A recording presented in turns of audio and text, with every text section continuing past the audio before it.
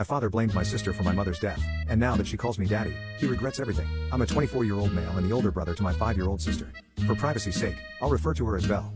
For some background, my parents had me as teenagers. They were 15 and 16 at the time, and even as a kid I could always feel that they regretted having me. After I was born, both my mother and father were practically disowned by their families. My mother had to drop out of high school to take care of me while my father worked 2 jobs just to provide, and even then they couldn't afford a home. They lived with my mother's older sister until I was 9 and my father got his GED and managed to get a better job and move us out. Despite the fact our living situation was better, it was clear to me that they believed their lives were ruined because of me.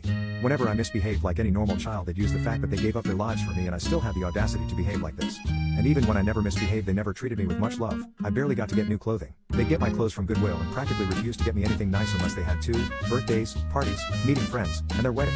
My birthdays were always celebrated with a bare minimum. They'd get me a cupcake and a single gift, nothing that I wanted. Despite everything, I was still a child who just wanted their love. But as I grew older, I began to accept I wouldn't get it and made peace with that. I guess somewhere along the line when my parents realized